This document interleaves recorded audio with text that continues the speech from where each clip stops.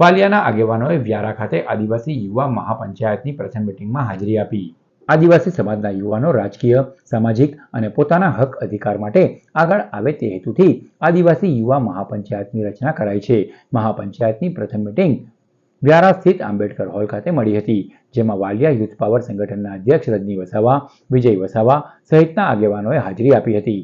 આ મિટિંગમાં વિવિધ મુદ્દે ચર્ચા વિચારણા કરાઈ હતી. સંગઠનનું કોઈ કામ કરવું છે એટલા માટે આ મહાપંચાયત એટલા માટે બનાવી છે કે તમને માર્ગદર્શન તમને પૂરું પડે કે તમારે તાલુકા પંચાયત લડવી છે, ગ્રામ પંચાયત લડવી છે, જિલ્લા પંચાયત લડવી છે, વિધાનસભા લડવી છે, તો કઈ પ્રકારના તમારે કાર્ય કરવા છે. અમુક અત્યારે એવી મેન્ટાલિટી છે કે ભાઈ મારી પાસે પૈસા એટલા જ લડે, પણ એવું નથી.